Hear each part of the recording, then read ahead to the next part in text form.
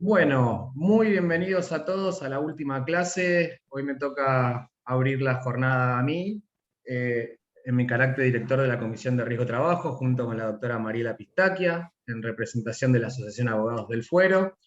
Y bueno, hoy tenemos la última clase de estas jornadas que nos propusimos. Cerramos el año bien arriba, con un tema bastante controversial, bastante particular, pero para eso trajimos a un especialista que ya se van a dar cuenta del nivel de conocimiento que maneja de este tipo de temáticas. Y antes que nada, bueno, más que voy a recordar la modalidad que estamos usando en la clase de hoy. Va a exponer el disertante, las preguntas las pueden ir dejando en el chat. Sobre el final de la charla vamos a abrir a preguntas y el doctor Valente va a contestar. Obviamente si hay alguna pregunta puntual sobre un tema que esté dando en el momento, por ahí la trasladamos inicialmente. Luego, obviamente, esta clase va a estar subida en el canal de YouTube de Abogados del Fuero de Trabajo en Emergencia, como todas las clases.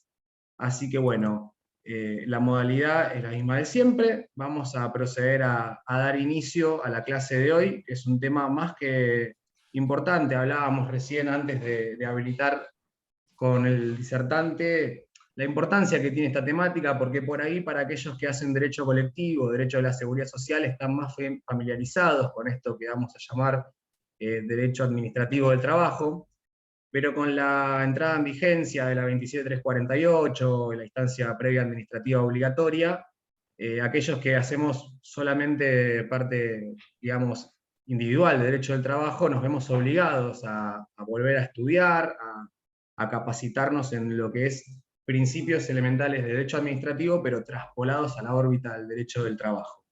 Y en ese sentido, la idea fue convocar a un especialista del área, me consta, he escuchado varias jornadas que ha dado, he sido alumno del doctor Gastón Valente, que es abogado de la Universidad de La Plata, es asesor sindical, es miembro de la sección del Derecho del Trabajo y la Seguridad Social y de Alfaca, es también docente en la Universidad Nacional de La Plata, la Universidad Nacional de Rosario, en la Escuela de Abogados del Estado, en la diplomatura del espacio intersindical Salud, Trabajo y Participación, y dicta cursos sobre comisiones médicas y acceso a la justicia, tanto en la Asociación de Abogados Laboralistas, en el Colegio de Abogados de San Isidro, en la Universidad de Flores, en el Colegio de Abogados de Mar del Plata, Colegio de Abogados de La Plata, y bueno, hoy tenemos el placer de tenerlos dando una jornada para la Asociación de Abogados del Fuero, así que para no perder más tiempo, le cedo la palabra, doctor Valente, y muchísimas gracias desde ya por su tiempo y la movilidad para poder venir hoy a darnos esta charla.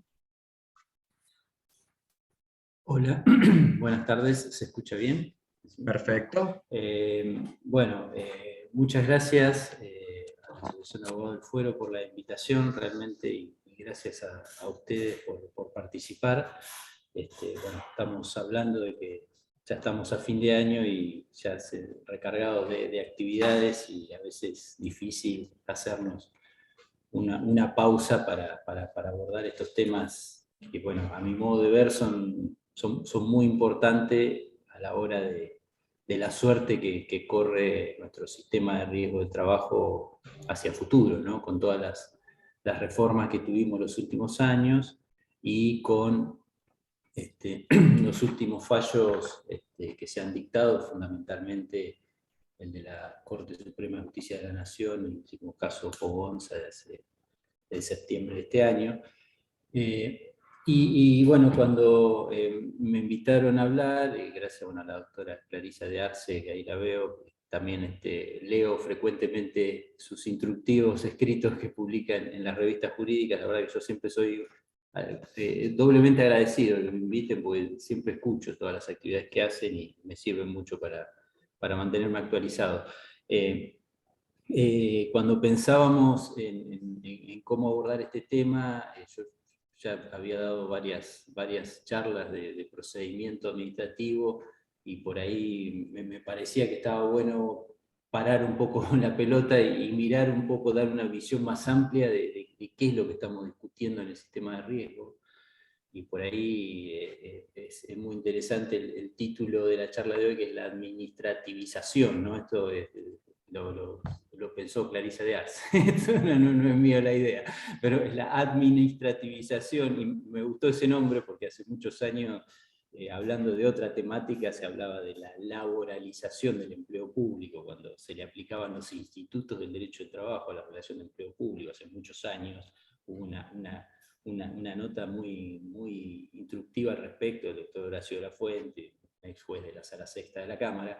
Y bueno, y ahora pareciera que acá en el tema de riesgo del trabajo estamos con un proceso inverso, estamos con una especie de administrativización, es decir, de traspolación, como bien lo dijo Facundo, de institutos del derecho administrativo al área de los riesgos del trabajo. Y traspolación de los institutos, y también lo que me parece más grave, con la interpretación que se le ha dado desde el derecho administrativo, que, como vamos a ver, el derecho administrativo dominante en nuestro país es un derecho administrativo muy formal y muy justificador de las prerrogativas estatales, con lo cual nos encontramos que estos institutos vienen a desplazar o a poner en duda la vigencia de algunos principios basales que tenemos en nuestra especialidad, ¿no? En nuestro derecho del trabajo. Por eso es muy importante, primero les quiero plantear más o menos cómo pienso hacer el desarrollo y después abrir para que ustedes también puedan plantear sus desacuerdos o acuerdos con lo que yo diga. Bueno, primero plantear el diagnóstico es la preocupación de este desplazamiento de la competencia laboral y un traspaso, por así decirlo, a un fuero, no un fuero, sino un procedimiento administrativo con otras lógicas de procedimiento. Plantear también por qué nos ocurrió esto, porque recién comentábamos antes de la charla, parecía que ya la jurisprudencia de la Corte ya había dado su veredicto sobre el sistema de riesgo de trabajo, lo había fortalecido durante muchos años, y de golpe tuvimos una reforma legislativa y a los pocos años tuvimos una nueva sentencia de la Corte que desdice un poco lo anterior, es decir, por qué llegamos a esta vuelta atrás en el tema de riesgo de trabajo. Luego vamos a ver algunos institutos a los que hacemos referencia, de cómo se aplican, cómo se interpretan en el derecho administrativo, y si esa interpretación literal que se da del derecho administrativo es válida para el derecho de trabajo. Voy a desconectar el WhatsApp así no me... Ahí está. Y finalmente, bueno, dar una suerte de por dónde uno cree que puede estar la salida de esto. Es decir, más está decirle que yo soy crítico del sistema de riesgo de trabajo que tuvimos en nuestro país y crítico de la última reforma a partir del año 2017. Cuando se sancionó la ley, la 24557, que se implementó en el año 1996, como bien lo señala el doctor Miguel Ángel Massa, él dice, bueno, por ahí es cierto que la doctrina ius laboralista cargó sus tintas sobre la vulneración a la reparación integral o la privación del acceso al juez natural. Y los fallos que dictó la Corte a partir de Castillo, del año 2004, luego Marchetti, Benialgo, bueno, y todos los fallos que se sucedieron donde se fulminó el sistema de comisiones médicas y eso permitió que los y las trabajadoras pudieran accionar directamente a la justicia por una reparación.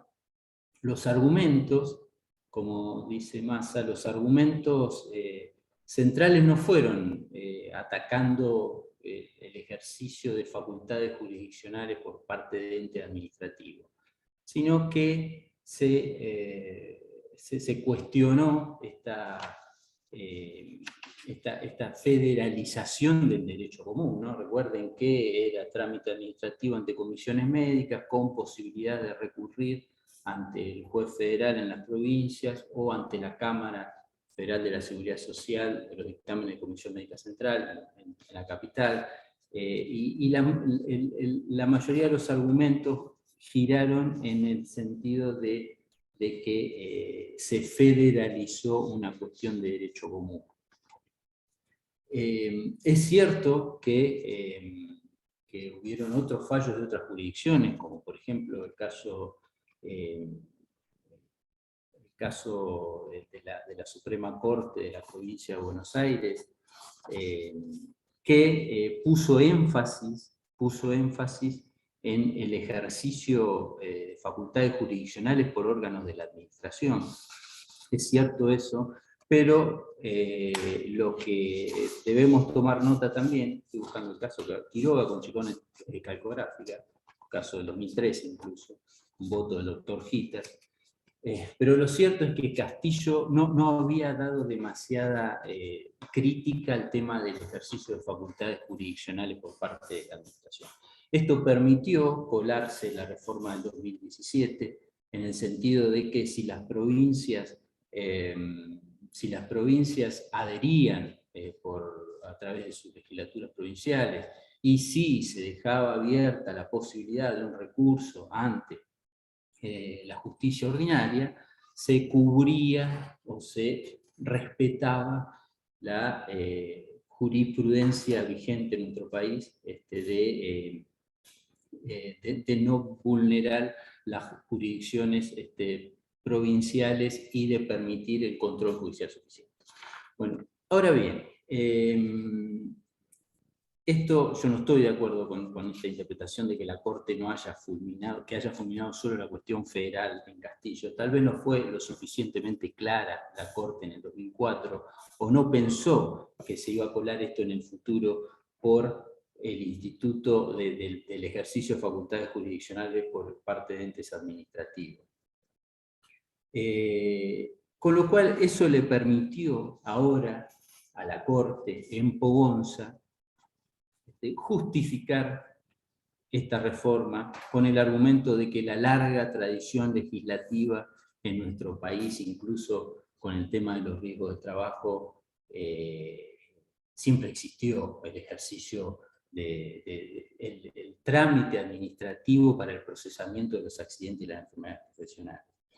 Yo en su momento, en el año 2007, en una ponencia que hice en el Congreso de Asociación de Abogados Laboralistas, hice un trabajo, un estudio histórico de cómo se procesó históricamente los accidentes y las enfermedades profesionales en nuestro país, porque obviamente esto también había despertado mi duda de esto que hace la ley de riesgo ahora, ¿se puede hacer? ¿Se hizo antes? Y bueno, hay muchos estudios al respecto, pero lo cierto es que desde que se sancionó la 9688, por allá en 1915, toda la doctrina laboralista no dudaba en decir de que era una ley judicialista, en el sentido de una ley para ser ejercida ante la justicia. Si bien es cierto que ya estaba el Departamento Nacional del Trabajo y que procesaba los trámites de liquidación de accidentes, lo cierto es que esa instancia administrativa no era obligatoria. Generalmente los trabajadores recurrían porque era el órgano del Estado con mayor especialidad, era mucho mejor ir a la Secretaría de Trabajo que al Ministerio, a la Secretaría, bien dicho, a la Secretaría de Trabajo Nacional, que ir a un juez civil, por ejemplo.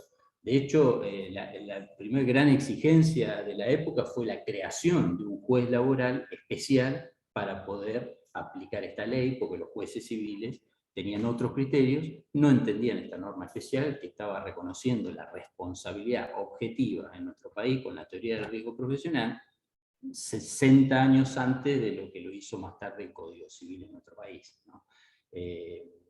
Con lo cual, esa primera etapa que dice la Corte de tradición, larga tradición legislativa, en la cual los accidentes se tramitaron en alguna etapa, dice, en forma facultativa y en otra obligatoria, no generó discordia y fue avalado por la Corte. Sí, es cierto que eso ocurrió, y en la provincia de Buenos Aires hubo una ley que fue la ley 4548 de 1937, que exigía la liquidación de los accidentes en la Secretaría de Trabajo Provincial, y luego, si no se llegaba a un acuerdo, se accedía a la justicia civil y comercial en aquel entonces. Pero en ese primer periodo, que lo podemos situar entre 1915 y 1944, donde no había fuero laboral en nuestro país, todos los cuestionamientos que llegaron a la Corte por esta temática fue por cuestionamientos que hicieron los sectores empleadores porque no querían ser compelidos a ir a un Ministerio de Trabajo a liquidar estos accidentes. Y fue porque los trabajadores no tenían otra opción, un fuero laboral natural, especializado para dilucidar estos conflictos. Con lo cual, no puede la Corte comparar esa situación histórica que ocurrió en nuestro país antes de la creación del Foro Nacional del Trabajo y de los foros laborales provinciales, para justificar ahora una reforma compulsiva a ir a una instancia administrativa cuando hay fueros especializados laborales que a su vez venían tramitando previamente estos conflictos por infortunios laborales.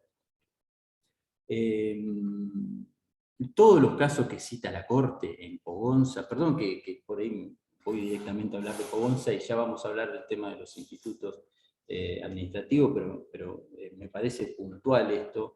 Todos los casos que cita la Corte en Pogonza para justificar la decisión que toma ahora, es decir, 80 años después de dictado estos casos, por ejemplo el caso Khalid con Swift, Costes con Prado, Belmonte con Compañía de Seguro, Frey Jomil, fueron entre 1940 y 1943, fueron casos que llegaron a la Corte donde los empleadores cuestionaban que en forma compulsiva eran citados por la Secretaría de Trabajo.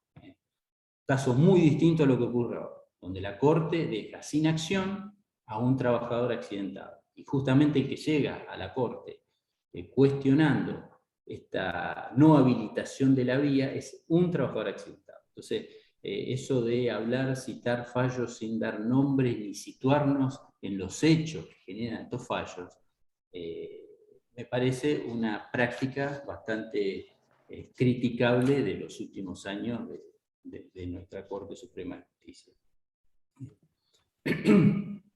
Luego, cuando se crea el Foro Nacional del Trabajo, obviamente que los procesamientos de los accidentes y de las enfermedades de trabajo se hicieron en el Foro Nacional del Trabajo y en los foros laborales en las provincias. Esto fue así hasta en el año 91, la ley 24028, legisló que las acciones civiles iban a ser tramitadas ante la justicia civil, y ya fue una antesala de lo que iba a venir después. Lo que iba a venir después fue la ley de riesgo de trabajo, que prohibió la acción judicial directamente, lo que mencioné recién, y reguló este trámite administrativo, no con la regulación estricta como recién se puso en el 2017 de agotar la vía administrativa, es decir, no tenía necesidad la ley de establecer el agotamiento de la vía administrativa porque ya vedaba la acción judicial directamente, solamente la dejaba permitida para el supuesto improbable de dolo del empleador, la acción civil. Lo cierto es que cuando la Corte en el año 2004, en el fallo Castillo, declara la inconstitucionalidad del artículo 39, ahí fue la primera señal de alarma para el sector asegurador, porque sabemos, el derecho laboral es un derecho en disputa, y nada de lo que tenemos nos ha sido regalado, y cada vez que conseguimos algo nuevo, siempre a la vuelta de la esquina nos lo ponen en cuestionamiento, como ocurrió con el sistema de riesgo de trabajo. Las alarmas sonaron mucho más cuando en el año 2012, con la ley 26773, se establece una tarifa actualizable por RIPTE, y cuando 3 años antes se derogaron los techos y se transformaron en pisos. Bueno, toda esta reforma que sufrió el sistema hizo que la tarifa tuviera una representación económica mayor, y que ahora, con la posibilidad de ir a la justicia, la preocupación de la litigiosidad del sector asegurador del sistema fuera aún mayor. el planteo inmediato del sector RT en aquellos años fue fortalecer el procedimiento administrativo. Es decir, tenemos un fallo en contra de la justicia, tenemos una legislación que nos aumenta la tarifa, había proyectos en aquellos años de incorporar nuevas enfermedades al listado, que eran las que generaban mayor litigiosidad, que luego fueron incorporadas, las hernias, las varices, las lumbalgias, todo a cambio de ¿qué? Del mismo precio. Al sector asegurador incluso se le topió hasta el 20% la posibilidad de las comisiones que podían cobrar a sus asegurados, con lo cual inmediatamente se disparó la estrategia de fortalecimiento del procedimiento administrativo, que ya estaba siendo desusado por aquellos años, porque la mayoría de los trabajadores y las trabajadoras confiaban más en el fuero laboral que en las comisiones médicas. ¿Cómo se hizo esto? Bueno, la primera medida fue a través del Comité Consultivo Permanente, que es el órgano que tiene el sistema de riesgo de trabajo. Yo en aquellos años participé asesorando a la representante de la CTA, y obviamente en esos años circularon textos muy similares a lo que luego se terminaron sancionando con la ley 27348 en el año 2017.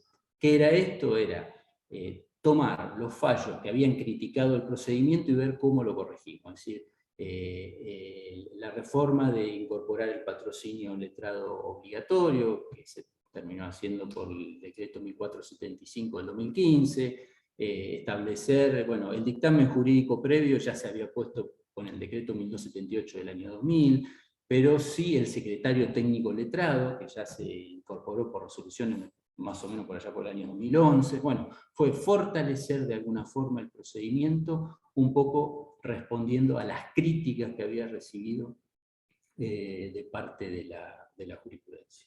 Esto termina de cerrar con la ley 27348 y esta incorporación sin debate en la sociedad, porque esto cuando se lanzó los primeros textos, borradores que circularon del DNU por el año 2016 de esta reforma, la mayoría lo criticamos.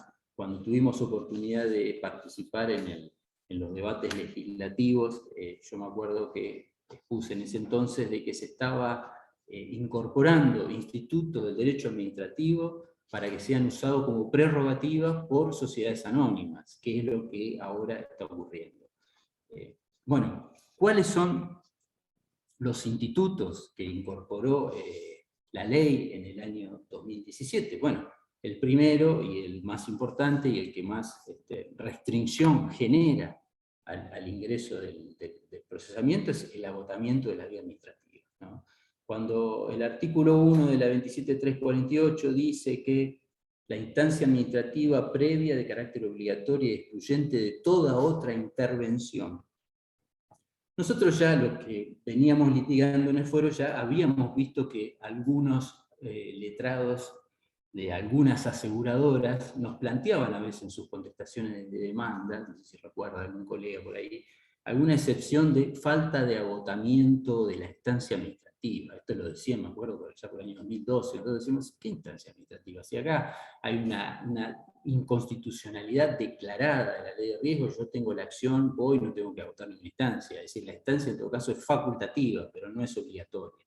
Bueno, ya veíamos que por algunos abogados que asesoraban a ART, que esa estrategia estaba. Es decir, la estrategia de incorporar institutos de otra rama del derecho administrativo, que sirvieron incluso para restringir la litigiosidad.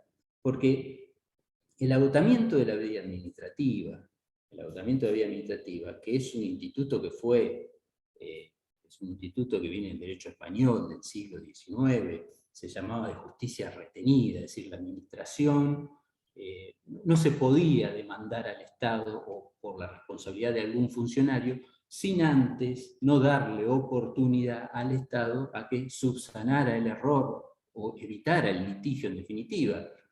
Tenía que ver con una lógica de la organización jerárquica del Estado. Por ahí a lo mejor un funcionario subalterno deniega un derecho o mediante un acto administrativo vulnera un derecho. Entonces la idea era permitir que el órgano máximo de la administración se pronunciara y subsanara este error, esta omisión, ¿no? Esa era la lógica del derecho español en el siglo XIX, el agotamiento de la vía administrativa. En nuestro país, al comienzo no se podía demandar al Estado, había que solicitar una venia judicial, no vamos a hacer historia de eso, pero durante muchos años en el plano nacional no existió el Instituto del Agotamiento de la Vía Administrativa. Recién existe en el derecho positivo nacional, las provincias ya lo tenían, por ejemplo en la provincia de Buenos Aires existía ya de antes, pero en nuestro derecho positivo nacional es la ley, mejor dicho, el decreto ley 19.549 del año 72. Hay que recordar eso, es un instituto que no tiene raigambre constitucional y que lo tenemos por una norma dictada en un periodo de interrupción democrática. Es decir, este es el instituto que hoy nos traspasan al derecho laboral y ponen en duda el ejercicio de derechos humanos básicos como a la salud, por ejemplo, ¿no? Entonces digo, en ese contexto en el que tenemos que debatir cómo nos pasó esto, ¿no? En nuestro país que tenemos institutos de normas dictadas en proceso de interrupción democrática que la doctrina mayoritaria del derecho administrativo todavía la convalida, a pesar de la reforma constitucional de 1994, de la incorporación de los tratados de derechos humanos, de esta normativa no solo que no fue ayornada, sino que ahora tiene una suerte de traspolación a otra rama del derecho, ¿no? Ahora bien, en realidad el agotamiento de la vía administrativa, más que ser un instituto propio del ámbito del procedimiento administrativo, en realidad lo que era un requisito de admisibilidad de la demanda, era un requisito procesal. Los jueces contenciosos administrativos, cuando reciben una acción contenciosa administrativa, lo primero que hacen es, bueno, pedir el expediente y controlar de que se haya cumplido con este agotamiento de la vía administrativa y que se haya emitido el acto final que agota la vía administrativa, si no, no pueden dar trámite al proceso. Esto tiene una vieja historia histórico-política, que por ahí no dan los tiempos para mencionarla, pero la voy a mencionar muy por arriba, que fue la prohibición que tuvieron los jueces franceses luego de la Revolución Francesa de que no podían juzgar los actos de gobierno. Esta es la razón histórica de este instituto. Es decir, los jueces, que eran los jueces que perduraban de la monarquía, es una inteligente estrategia de los revolucionarios de que no sean juzgados sus actos de gobierno por los jueces de la monarquía. Entonces estaba prohibido que los jueces juzgaran los actos de gobierno. Con lo cual, el control de los actos de gobierno o de la actuación administrativa se hizo a través de este nuevo derecho que surge en aquel entonces, que es el derecho administrativo. Esa fue la razón de ser del derecho administrativo, crear una jurisdicción especializada para controlar la función administrativa. Fíjense, esto lo menciono, porque fíjense lo descabellado de traer un instituto que en todo caso fue justificante para no paralizar la acción del Estado en ejercicio de función administrativa, traerlo a un conflicto entre trabajadores y aseguradoras de riesgo de trabajo. Digo, poniendo en contexto de cómo nos están traspolando un instituto que no tiene nada que ver con el sistema de riesgo de trabajo. Yo decía que es un instituto creado por norma del proceso militar de 1972, que obviamente luego fue ratificado por la democracia, pero que no ha tomado nota de la reforma constitucional de 1994 y de la prevalencia de los tratados de derechos humanos que deben tener sobre la legislación interna del país. Pero hay una cuestión aún mucho más grave. La Constitución Nacional no menciona en ninguna parte de sus textos el agotamiento de la vía administrativa. Sí lo menciona la Constitución de la Provincia de Buenos Aires en el artículo 166. Y yo acá se los leo textual. Dice: los casos originados por la actuación u omisión de la provincia, los municipios, los entes descentralizados y otras personas en el ejercicio de funciones administrativas serán juzgados por tribunales competentes en lo contencioso administrativo de acuerdo a los procedimientos que determine la ley, la que establecerá los supuestos en que resulte obligatorio agotar la vía administrativa. Es decir, el instituto del agotamiento de la vía administrativa está constitucionalmente aceptado y también por el derecho administrativo así lo reconoce, como un instituto necesario cuando se presenta un caso contencioso administrativo. ¿Cuándo estamos ante un caso contencioso administrativo? Cuando se ejercen funciones administrativas, es decir, no cuando estamos resolviendo conflictos entre particulares donde hay aplicación de normas de derecho común, porque si no tenemos que volver a discutir todo el derecho del trabajo, es decir, estamos hablando de que el derecho del trabajo o el derecho de la seguridad social, ese es otro debate también que nos merecemos, según donde encuadremos a la ley de riesgo de trabajo, es derecho común, no estamos de acuerdo con eso, es decir, la jurisprudencia reiteradamente lo ha dicho la Corte desde el primer fallo de 1915, Monreal del Lara de Hurtado, dijo esto es derecho común, no se necesita pedir la venia legislativa, fue el primer accidente de un empleado público. La Corte en aquel entonces preguntó, ¿acá se necesita la venia legislativa? No, esto es derecho común, acá el Estado no actúa como poder público. Con lo cual, ¿cómo vamos a aplicar los institutos del derecho administrativo cuando estamos aplicando normas del derecho común? ¿No? Ese es el primer gran problema que tenemos. ¿Y qué son las funciones? Bueno, no me quiero detener por ahí en cuestiones de derecho administrativo, pero ¿qué es una función administrativa? Bueno, funciones administrativas son las funciones que ejercen los poderes del Estado. Hay varias concepciones sobre lo que es una función administrativa, pero por ahí me quedo con la más fácil de explicar. Como es fácil de explicar cuál es la función legislativa, dictar leyes, cuál es la función judicial, resolver conflictos, bueno, la función administrativa es la residual, ¿no? Que puede ser ejercida por los tres poderes, el ejecutivo, el legislativo y el judicial. Cuando la Corte dicta una acordada estableciendo una reglamentación de si se abren o no los juzgados ahora con la pandemia, está ejerciendo funciones administrativas, no está resolviendo conflictos entre particulares. Con lo cual, esa es la función administrativa. Entonces la pregunta es, el tránsito por comisiones médicas de los trabajadores y las trabajadoras accidentadas, ¿qué es? ¿La comisión médica está ejerciendo funciones administrativas? No. La comisión médica, en todo caso, se parece mucho más al ejercicio de funciones jurisdiccionales por órganos de la administración. Y ahí caemos. Entonces, si está ejerciendo funciones jurisdiccionales, ¿qué sentido tiene exigir el agotamiento de la vía administrativa? En todo caso, ¿por qué esta normativa en el artículo 1 de la 27348? Bueno, esto lo dejo planteado de las contradicciones que tiene de traspolar institutos de otra rama a una rama que en ningún momento previó esta situación, ¿no? Por eso lo de la argumentación de la Corte de la larga tradición legislativa, bueno, no, la larga tradición legislativa en nuestro país en modo alguno contempló, en el único periodo en que se contempló el tránsito obligatorio por órganos administrativos, fue cuando no había justicia laboral. Y de hecho está que en el ámbito nacional, cuando se dicta el decreto, a ver, ya se lo digo cuál era, el 21.000 y pico, bueno, en 1944, del tránsito obligatorio ante la Cámara de Conciliación, a los pocos meses fue derogado con la creación del Fondo Nacional de Trabajo. Es decir, caía de suyo de que el tránsito por los órganos administrativos era una forma de conseguir de que un organismo especializado, que tenga una especialización mayor a la justicia civil,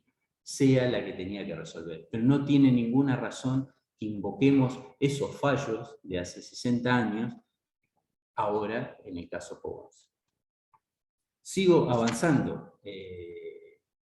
Bueno, los plazos de caducidad, como otro de los institutos que podemos decir, por ahí los plazos de caducidad también me podrán decir ustedes, bueno, pero eso también lo tenemos en el Código Procesal y en el procedimiento laboral. Pero ojo que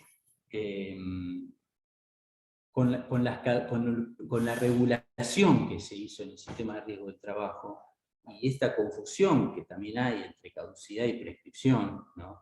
El otro día leía un texto muy intuitivo de Juan Formaro, y él decía, Abel Salas, ya en aquellos años nos decía que no estaba muy definido qué es la caducidad y qué es la prescripción, pero sí nos da un parámetro cierto de que tenemos un tiempo para el ejercicio de una acción, para el reconocimiento de un derecho, ¿no?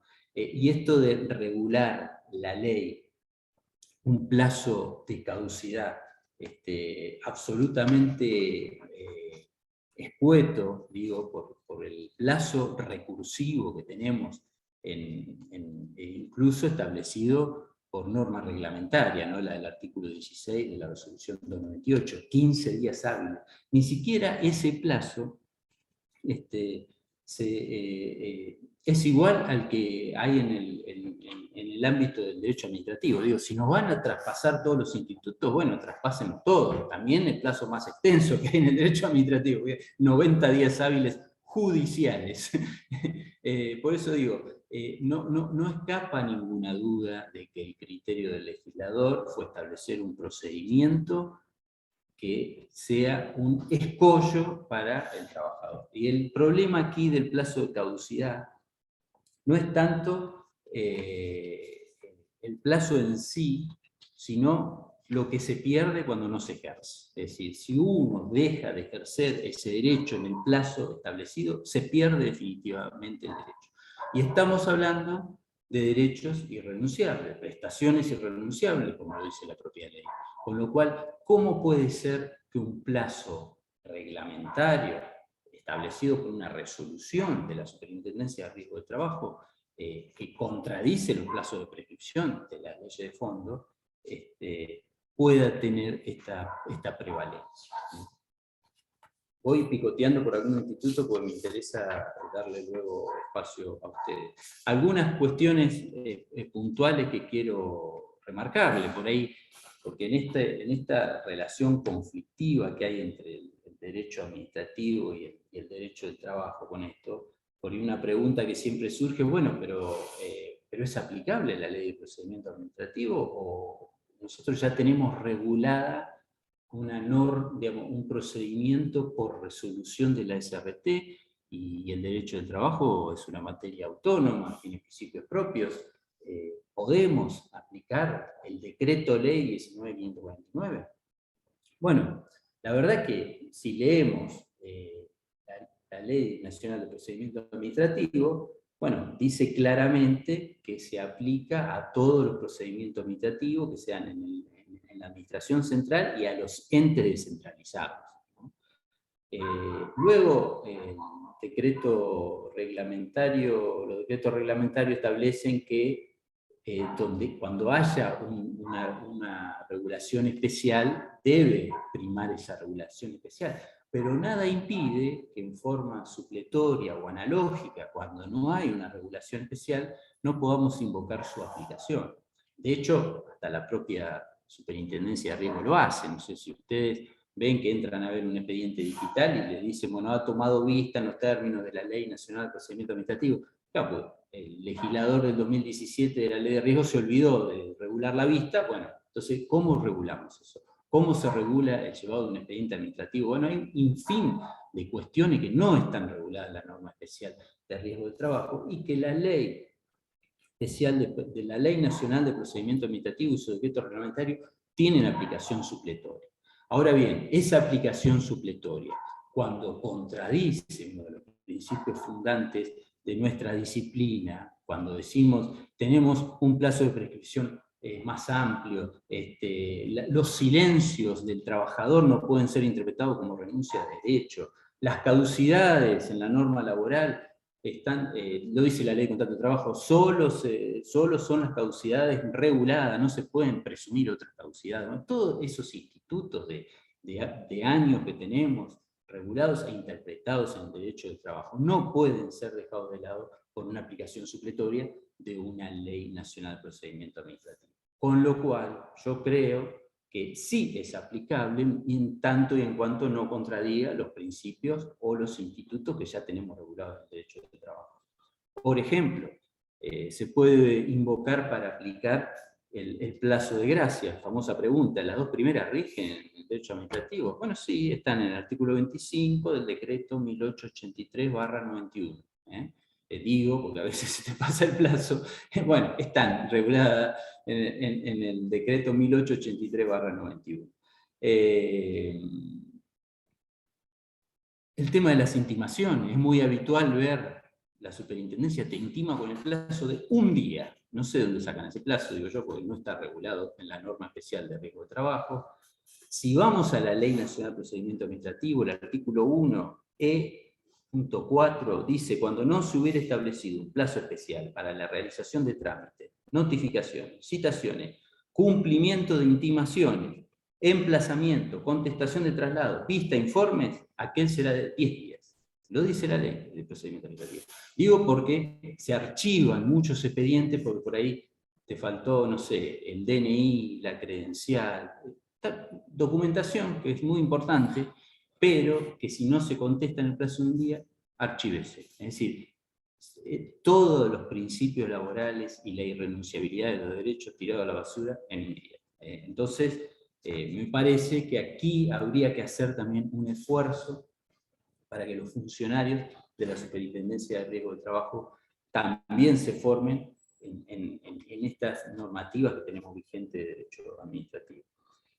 También está el hecho de presentar un recurso defectuoso. Eso está regulado en el artículo 1, inciso E, punto 7 de la Ley Nacional de Procedimiento Administrativo. Es decir, el recurso defectuoso interrumpe el plazo, incluso debe ser redireccionado. No es que porque yo me equivoqué en el nombre del recurso, pero está la voluntad manifestada en el escrito. No puede ser que se ordene el archivo de una actuación. Esto ocurre muy a menudo en los trámites de comisión médica. Por ahí yo inicio un trámite de divergencia en el alta, pero en realidad quería iniciar un trámite de divergencia en la determinación de la incapacidad. Y del escrito surge claramente que esa es la verdadera voluntad. Bueno, ¿qué hace el órgano? Archiva. Bueno, no. El órgano administrativo debe redireccionar el trámite, y ese es el principio de informalismo a favor del administrado, que está en la Ley Nacional de Procedimiento Administrativo. Hubo un caso hace unos meses muy interesante, aquí en el Tribunal de Trabajo 4 de La Plata, Leiva, donde se había iniciado un trámite de divergencia en el alta, y la comisión médica ordenó el archivo, y en realidad debió haber reconducido, dijo el tribunal en aquel entonces, por el trámite que consideraba que era pertinente. Si no era divergencia en el alta y era divergencia en la incapacidad, nada impedía que la comisión médica le diera trámite en esos términos cuando surgía clara la voluntad del escrito de inicio. Bueno, y seguimos avanzando. No sé cómo voy de tiempo, pero no quiero extenderme demasiado. Otra de las cuestiones que generan, otro de los institutos que generan tal vez mayores controversias, bueno, es el tema de la cosa juzgada administrativa. Es un tema bastante extenso para abordar y se le puede sacar mucho jugo, mucho debate, yo creo, en lo que se viene, porque esto de establecer un instituto del derecho administrativo sin respetar lo que dice la doctrina dominante del derecho administrativo, porque si seguimos a Casaña, Gordillo, por nombrar algunos, la cosa juzgada administrativa, o por citar un fallo, Carman de Cantón de 1936 de la Corte, es decir, la cosa juzgada en ámbito de la administración fue un instituto creado para que el Estado no pueda volver sobre sus propios actos. Fue un instituto creado como garantía del administrado. ¿Por qué esto? Y porque el Estado te podía reconocer un derecho y años más tarde te derogaba el acto administrativo por el cual te reconocía ese derecho, y eso estaba supeditado a una alta arbitrariedad por parte de los funcionarios, con lo cual había que poner algún límite a ello, y ahí se creó esta figura de la cosa juzgada administrativa, que en realidad, más que impedir que el administrado, en este caso trabajador o la trabajadora pueda cuestionar ese acto administrativo que hace cosa juzgada administrativa, en realidad lo que hacía era limitar de que el Estado pudiera revocar los actos administrativos regulares, es decir, que ya habían sido notificados y que habían reconocido un derecho que se estaba ejecutando, ¿no? Que fue ese caso que les comenté de Carmen de Cantón de 1936, que fue una jubilación otorgada y que luego de 10, 15 años más tarde la administración entendió que había vicios en el otorgamiento y la revocó. Bueno, dice, no, esto ya está notificado, es un derecho reconocido, cosa juzgada administrativa, dijo la Corte, no se puede volver a aceptar. Bueno, ese instituto lo trae la reforma para hacerlo jugar con el artículo 15 de la Ley de Contrato de Trabajo, que tampoco estuvo regulado para ello. El artículo 15 está regulado para cuando hay controversias, cuando hay acuerdos transaccionales ante una autoridad administrativa. Aquí se hace jugar no solo con el vencimiento del plazo, es decir, plazo vencido pasa en autoridad de cosa juzgada administrativa, y también se hace jugar en supuestos donde no hay controversias, con lo cual allí tenemos otro gran punto para discutir sobre el tema del Instituto de la Cosa Juzgada Administrativa incorporada al derecho del trabajo. Otra cuestión que genera mucha controversia también es esta distinción entre cuándo debemos impugnar, cuándo se agota la vía, cuándo no, cuándo estamos ante un acto administrativo o un dictamen. El término dictamen, que ya la ley de riesgos de sus orígenes lo trajo por una forma confusa, o el dictamen médico recibía el nombre de dictamen porque era una comisión técnica médica, pero el dictamen en derecho administrativo como acto preparatorio de un acto administrativo no es impugnable, ¿no? El dictamen no es objeto de ningún recurso en el ámbito del derecho administrativo, es un acto preparatorio de asesoramiento al funcionario que va a emitir el acto administrativo. Pero si vemos, eso no es lo que ocurre en el sistema de riesgo del trabajo, porque el dictamen de comisión médica no le sobrevenía con posterioridad un acto administrativo. Bueno, con la reforma del 2017 sí se estableció una suerte de acto de cierre, es decir, el acto administrativo que emita, el dictamen que emite la comisión médica no es el acto de cierre final, sino que es el acto de alcance particular que emite el servicio de homologación. Esto trae muchas confusiones porque el nombre de dictamen trae mucha confusión. La verdad que hoy el dictamen médico es un verdadero acto administrativo porque resuelve, te reconoce o te deniega derechos. Y está emitido por médico. Ese cuestionamiento constitucional que se hizo en sus orígenes al sistema de riesgo del trabajo, se intentó morigerar ahora con la incorporación de los secretarios letrados al ámbito de comisiones médicas. Pero la verdad es que el dictamen médico sigue siendo emitido por médicos, por más asesoramiento que le brinden los abogados letrados que integran la comisión médica. Bueno, yo, como también me interesa escuchar su opinión, podemos luego volver sobre algunos de los temas así que mencioné en líneas generales. Quería detenerme porque varios de los temas que estoy hablando fueron abordados por la Corte en el caso Pogonza como justificación del régimen de comisiones médicas, ¿no?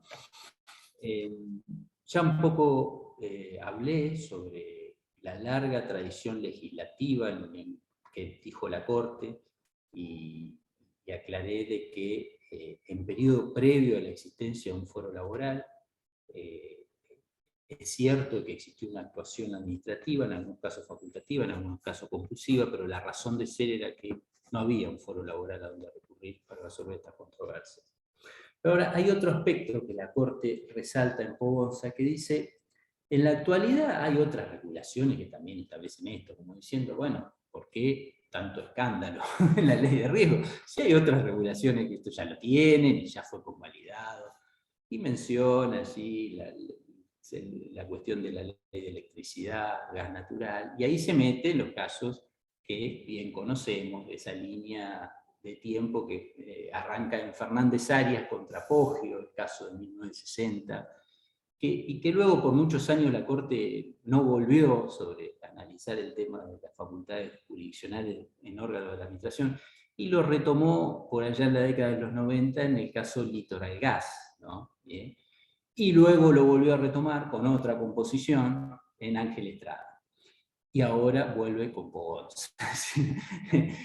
Nosotros tenemos el triste privilegio de darle un cierre a esta postura. Ahora bien, ¿qué me está queriendo decir la Corte? Hay otros regímenes que también establecen lo mismo, es decir, que vos estás obligado previamente a agotar la vía administrativa, no podés hacer el juicio. Si vamos a ver estos regímenes que la Corte me menciona, solamente en el caso del gas, que regulado por ley 24076, dice toda controversia que se suscite deberá previamente ser dirimida por los entes reguladores, ¿no? Pero si vamos en el caso de la electricidad, no es así, no es cierto. Es decir, el artículo 72 de la ley vigente, la 24077, solamente obliga al agotamiento de la vía administrativa a los generadores, los transportistas, los distribuidores y los grandes usuarios. Es decir, los usuarios domiciliarios, a mí se me quema una plancha, mañana puedo hacer juicio a la empresa de energía y no tengo que ir al ente regulador. Obviamente que nadie elige hacer juicio con lo que demora un juicio, va al ente regulador, pero digo, normativamente no es cierto lo que dice la Corte de que en los otros regímenes esto existe. Tampoco existe en el tema de agua y saneamiento, tampoco existe en telecomunicaciones, tampoco existe en aeropuertos. Yo puedo acceder directamente a la justicia. Tampoco existe en la ley de información pública, la ley salió hace poco, la 27275, acceso a la información pública. Yo puedo pedir a un organismo que me emita información pública y si no me responde no tengo obligatoriedad de agotar la vía, voy directamente a la justicia. Entonces, ¿qué me quiere decir la Corte con eso? Me está contando una parte parcial, es decir, ese argumento no me sirve, no me convence ese argumento porque no es cierto que todos los sistemas exijan el agotamiento de la vía administrativa. Eso por un lado. Después hay otra cuestión, en esto que le mencioné, de esa triada Fernández Arias, Litoral Gas, Ángel Estrada.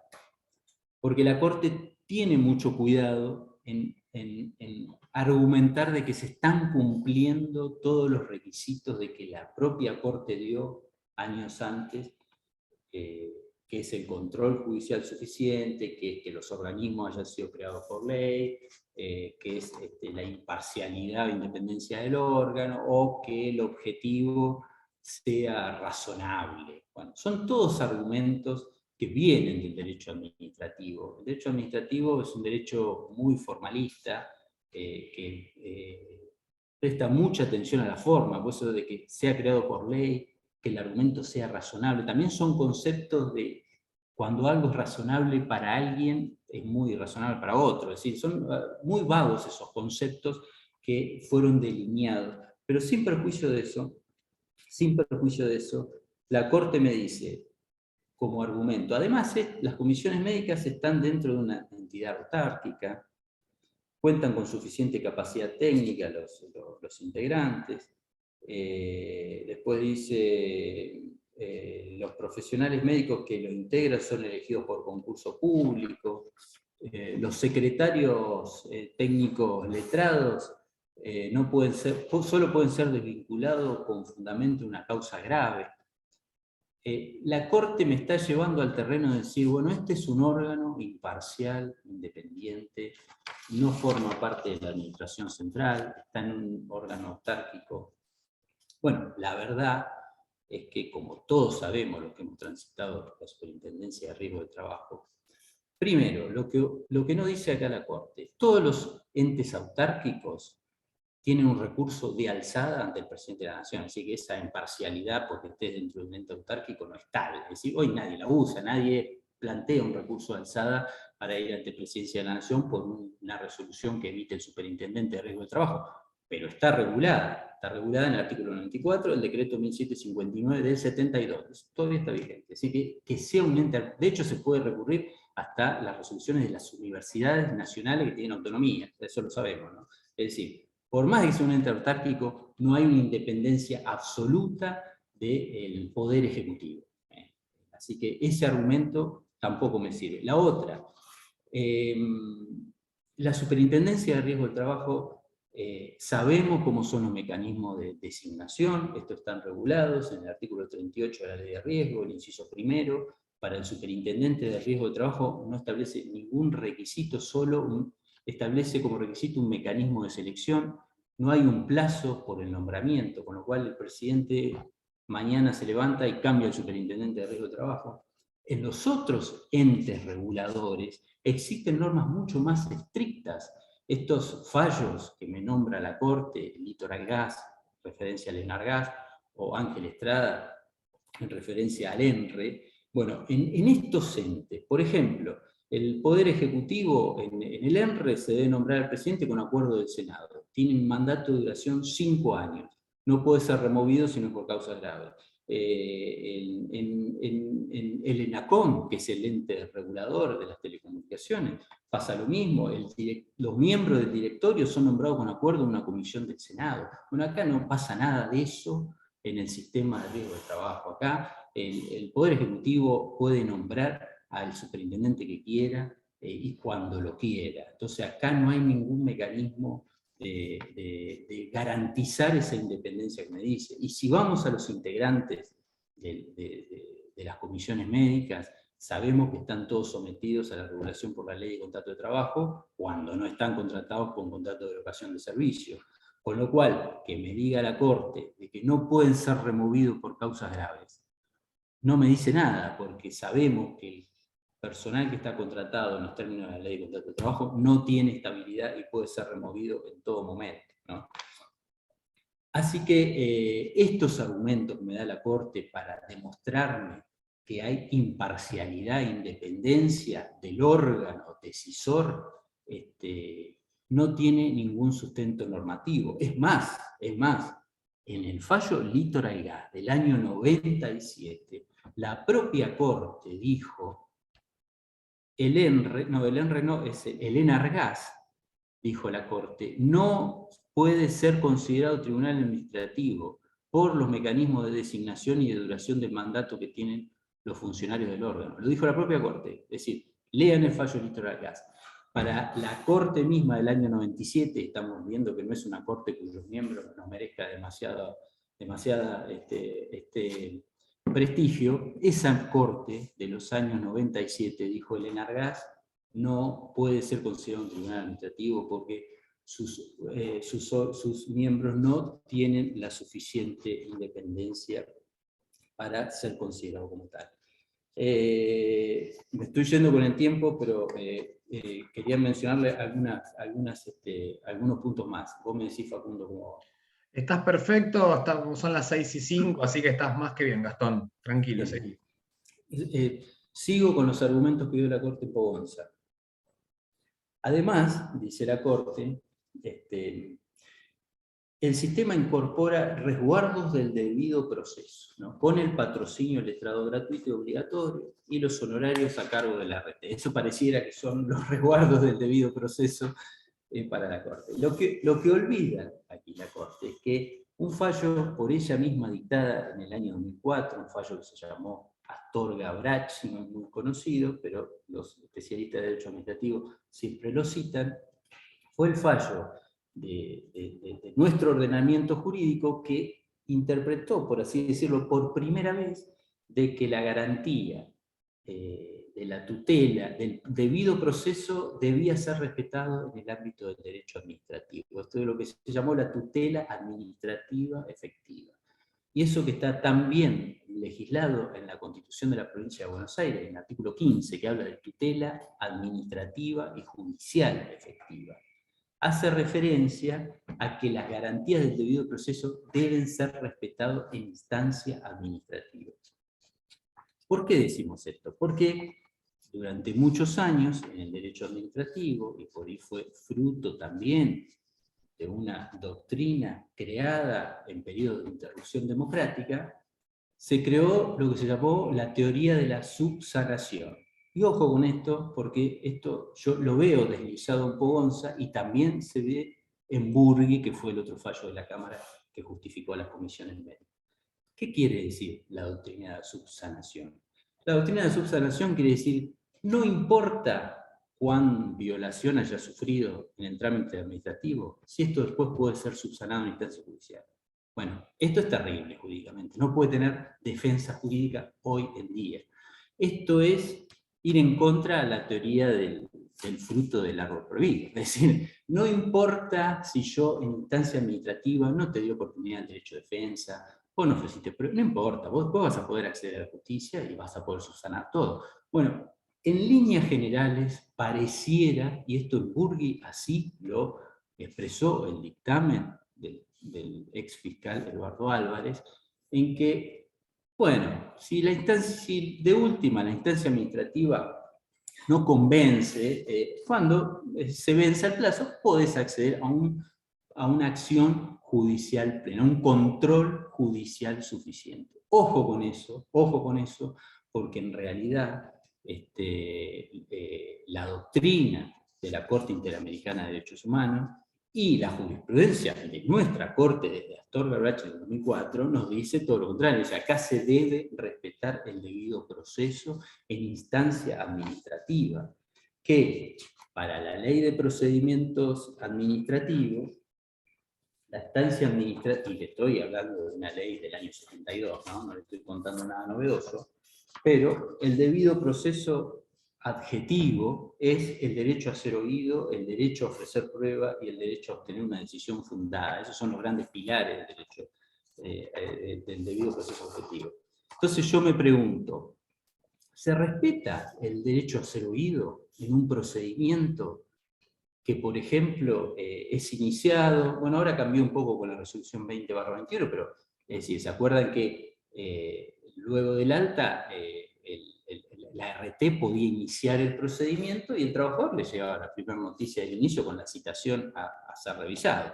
Entonces el trabajador ingresaba a ese procedimiento con una citación al examen de comisión médica. Bueno, algunos abogados que están un poco más avesados en el tema, ya el día que iban a la audiencia ya llevaban un escrito, incorporaban prueba que era la última oportunidad que tenían. Pero la mayoría no, la mayoría se sometía a la revisación y luego el procedimiento continuaba, y luego se emitía un dictamen médico y luego se agotaba la vía. Entonces digo, en ese procedimiento, ¿dónde estuvo el derecho a ser oído de ese trabajador, de esa trabajadora? ¿Dónde pudo articular su pretensión inicial que debe estar en todo procedimiento administrativo? Ojo con esto, porque esto luego trae consecuencias en el control judicial posterior. Consecuencias que ahora, por ejemplo, se están debatiendo en muchos tribunales de la provincia y también jueces de la capital, en que si no se reclamó alguna afección en el ámbito administrativo y luego se incorpora en la instancia judicial, no se habría agotado la vía en relación a esa afección. Entonces, allí es donde debemos trabajar estos conceptos. Cómo un trabajador, una trabajadora que no tuvo oportunidad de presentación de un escrito inicial, se le puede luego reprochar de que en instancia judicial me está incorporando algo nuevo que no tuvo debatido en las comisiones médicas. Sabemos muy bien cómo trabajan las comisiones médicas, que en el acto del interrogatorio médico, y que figura ahí chiquitito en 3 renglones, en los dictámenes, muchas veces los trabajadores le dicen, no, pero además a mí me duele. Bueno, no importa, eso no es lo que se está tramitando. Bueno, allí es donde debemos analizar la eficacia de estos principios, que no son principios exclusivos del derecho administrativo, sino que hacen a las garantías más básicas del procesamiento en sede administrativa y luego en judicial. La Corte, además, tiene el descaro, no sé si se me permite la expresión, el descaro de nombrar el caso Baena, del año 2001, y dice, a mí me resultó llamativo, yo volví a leer el caso Baena y la verdad no lo encontré que diga esto. Baena dice que Baena consagró el derecho a la revisión judicial.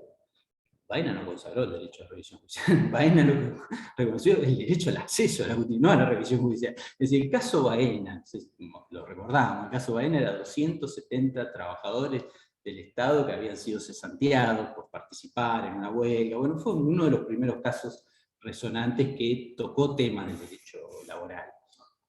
Y obviamente con un sinfín de nulidades, con una ley aplicada en forma retroactiva, con sumarios realizados sin oportunidad de ejercer el derecho de defensa. Bueno, y en el caso Baena llegaron a la Corte 3 tipos de acciones: amparos, medidas cautelares y acciones contenciosas. Y la Corte reconoció el derecho de acceso a la justicia a todas, no dijo la revisión judicial suficiente, como me dice la Corte ahora en Pogonza para justificar esa postura.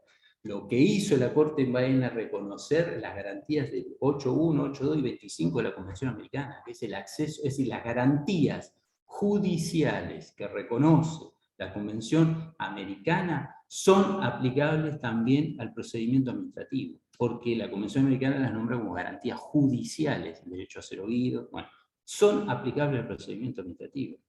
Pero en Baena la Corte habló, no dijo la revisión, pero en realidad los procedimientos administrativos habían sido iniciados por el Estado porque eran sumarios. No era que los trabajadores habían elegido antes ir a una instancia administrativa y después fueron a la judicial. Entonces, no sé qué me quiere decir la Corte invocando el caso Baena.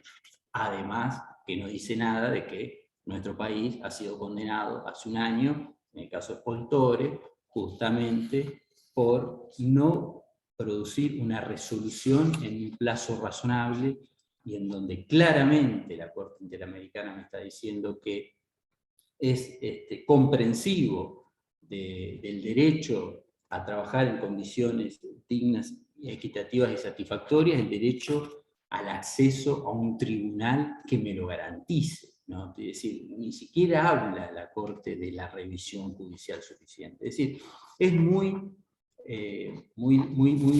lamentable que la Corte tenga que retomar un concepto que esgrimió en 1960 para hablar del control judicial suficiente, cuando pasó mucha agua bajo el puente, ¿no? Tuvimos una reforma constitucional en el 94, tuvimos ejemplares fallos de la integración anterior de esta misma Corte, donde se reconoció el principio pro homine, el principio pro actione, en donde pareciera que la Corte no recala en esos fallos que son de la especialidad del derecho laboral y que debió, en todo caso, haber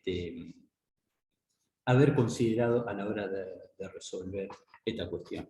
Y como fruto final, digamos, de este gran postre que nos dio la Corte, está en que la consideración que hace de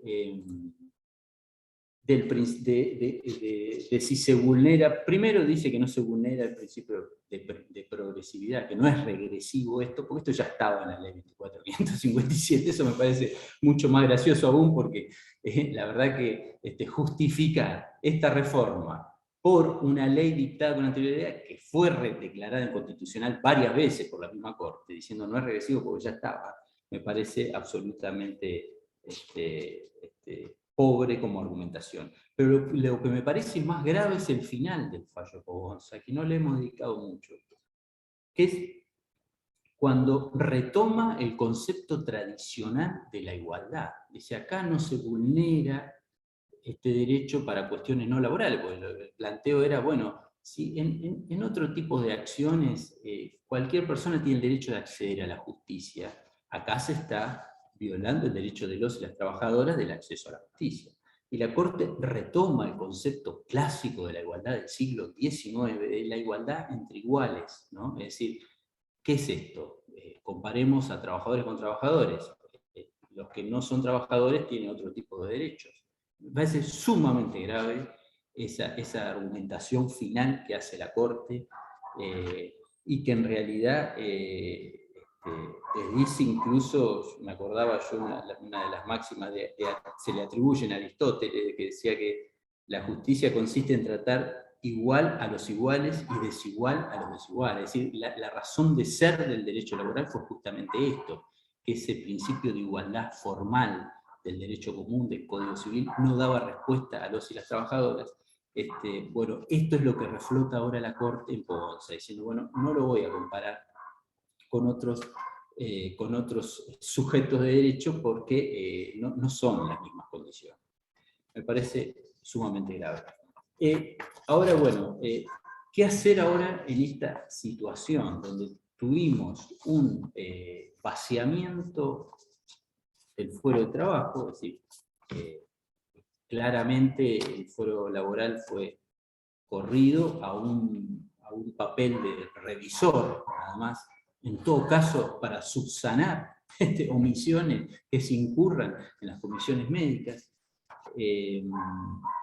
Bueno, y a su vez en donde se nos han traspolado institutos que dominan mayoritariamente la rama del derecho administrativo, pero que no todos lo piensan así. Yo hace muy poco tuve la suerte de escuchar y de estudiar, de leer a un administrativista, porque a veces me gusta no solo quedarnos con la discursiva de nuestra especialidad, sino también ver cómo opinan al respecto en las otras ramas. ¿Qué opinan los administrativistas de lo que se dijo en Pogonza? Bueno, ya escuché un par que obviamente están horrorizados de que se invoque Fernández Aria luego de una reforma constitucional de 1994. No porque Fernández Aria haya sido un mal fallo, fue un fallo ejemplar para la época, pero no es el principal argumento que tendríamos hoy para cuestionar a las comisiones médicas.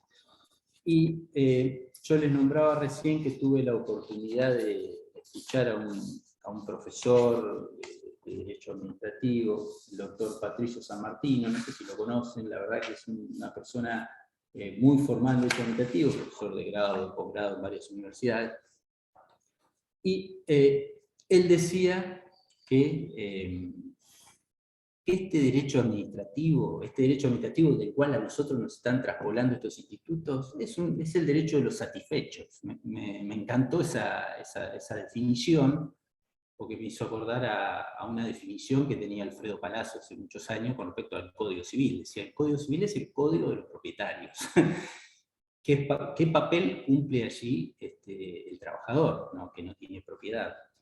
Bueno, este derecho administrativo que te hace perder un derecho humano básico porque se te venció un plazo, que tiene muy en cuenta las prerrogativas del Estado y no tanto así los derechos de los administrados, y que además acá se está aplicando a una actividad donde no hay una función administrativa, sino que hay un conflicto con un seguro que en todo caso te niega la denuncia o no quiere pagar la indemnización que se le reclama. Bueno, este derecho administrativo, dice el doctor Patricio San Martino, es un derecho administrativo formal de un periodo democrático dominado con esta ideología, pero que está muy imbuido de ideas concebidas en periodos de interrupción democrática. Las cuestiones que se heredan, lamentablemente, del periodo de interrupción democrática, una de las cuestiones es la teoría de la subsanación, esta que nos está, que en Burgui tan alegremente lo dijo la Cámara, y que acá en Pogonza la Corte dijo, bueno, no importa, acá hay un control judicial suficiente, como diciendo, no importa lo que pase en las comisiones médicas, y total después tenés el acceso a la justicia. Bueno, esa teoría es una teoría generada en un proceso de interrupción democrática, y luego repetida por la mayoría de los administrativistas, de los cuales el doctor Patricio San Martino es muy crítico, porque él dice es la teoría de los satisfechos, de los insensibles, porque en realidad aquí lo que hay que hacer es una distinción de derecho, no se puede tener el mismo argumento para la caducidad de los plazos si se trata de un derecho irrenunciable, un derecho humano básico irrenunciable, que otro tipo de derecho, ¿no? Entonces él dice, bueno, aquí lo que hay que construir es un modelo de Estado constitucional social de derecho, que es un poco lo que decimos en el mundo laboral, es decir, esa matriz básica liberal de nuestro Estado, de nuestra Constitución, que luego fue amplificada con la incorporación de los derechos sociales, y ahora es doblemente amplificada con la incorporación de los derechos humanos, y en donde la Corte Interamericana acaba de decir de que son plenamente exigibles, que ya no depende de la de los recursos para implementarlos en forma progresiva. Entonces, todas estas garantías que tienen jerarquía constitucional y supralegal son las que me parece a mí que debemos empezar a trabajar y a invocar para neutralizar o en algún punto dejar de lado estos institutos que son viejos resabios que arrastró nuestro derecho administrativo y que ahora son traspolados al derecho laboral. Otra de las cuestiones que menciona este administrativista dice que en este derecho administrativo, además de supervivir viejas prácticas autoritarias, es un derecho administrativo permeable a los intereses económicos. Es un derecho administrativo permeable a los intereses económicos.